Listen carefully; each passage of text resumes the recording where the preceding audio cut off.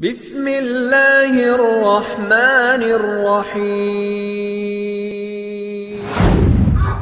Saya pernah membaca sebuah artikel yang isinya sehebat apapun amalan kita tidak akan memasukkan kita ke surga.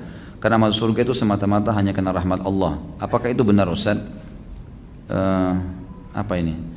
Kalau memang itu benar, apa gunanya di timbangan amal kita di hari kiamat nantinya? Kalau yang memasukkan kita ke surga bukanlah amal kita, tapi rahmat Allah. Jazakallah khair. Tentu saja iya. Tidak ada orang yang masuk surga dengan amalnya. Itu sesuai dengan hadis Bukhari. Nabi SAW yang mengatakan itu. Tidak ada seorang pun di antara kita yang masuk dalam surga dengan amalnya. Maka kata para sahabat, Anda juga ya Rasulullah? Kata Nabi SAW, saya juga. Ya, tapi Allah telah memberikan rahmatnya kepadaku. Memang untuk masuk ke surga, rahmatnya Allah. Gitu kan? Mau contoh rahmatnya Allah, sekarang antum berbuat dosa 50 tahun. Tidak ada amal solehnya. Enggak sholat, mabuk, mencuri, segala macam. Lalu antum taubat di umur 51 tahun, pas tobat setengah jam meninggal. Bisa masuk surga enggak? Masuk surga. Enak enggak ini? Enak benar itu. Hah? Ya. Yang buat dia masuk surga apa? Ada amal? Rahmatnya Allah Subhanahu wa taala, gitu kan? Antum juga biar beramal 50 tahun, ya. Tahun 51 meninggal dunia. Apa jaminannya amal antum ikhlas, tulus, khusyuk? Ada jaminan? Selama ini mengkhayal terus kalau sholat? Rahmat Allah itu. Orang umur 60 tahun, 15 tahun pertama, anggaplah 12 tahun, 13 tahun. Di Indonesia mungkin agak telat, orang balik mungkin sekitar 14 tahun, gitu kan? Anggap 14-15 tahun antum balik. Berarti kalau umur antum 60 tahun, 15 tahun sudah habis untuk masa anak-anak. Kemudian dipakai tidur 8 jam per hari. Kalau kali 60 dikurangi jumlah 24 jam per hari, kurang lebih 20 tahun antum habiskan untuk tidur. Berarti dari 40 tahun tadi, maaf, 60 jadi 45. 45 dikurangi 20, sisa 25.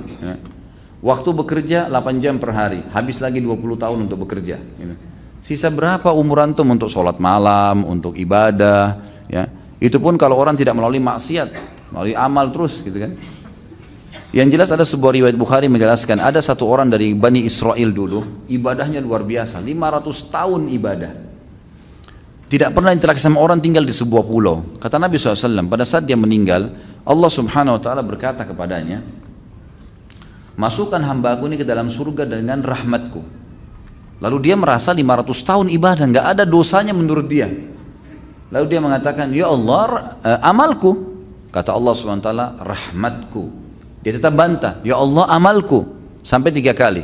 Maka kata Nabi SAW, Allah pun berfirman kepada para malaikat, ambil nikmat matanya hambaku ini, timbang dengan seluruh amal yang dia kerjain. Mata dia pakai 500 tahun nih. Bisa melihat, bisa beraktivitas, bisa segala-galanya. Itu timbang nikmat mata yang saya kasih dengan amalnya dia yang dia kerjain 500 tahun. Waktu ditimbang ternyata nikmat mata saya sudah ngalahin seluruh amalnya. Belum nikmat telinga, belum nikmat segala-galanya nih. Banyak kalau nikmatnya Allah mau dihitung. Bagaimana caranya antum mau menilai amal antum? Gitu. Amal apa yang kita kerjain teman-teman sekalian? Tidak ada amal-amal yang sederhana. Dari 24 jam sholat cuma 5 waktu yang wajib. Kalau kita hitung 10 menit satu sholat berarti 50 menit. Masih ada 23 jam 10 menit. Antum bebas lakukan apapun. Rahmat Allah SWT. Baik, apa tujuannya ditimbang amal? Untuk menentukan derajat antum di surga. Antum ini derajat keberapa? Di pintu keberapa masuknya? Itu amal kita.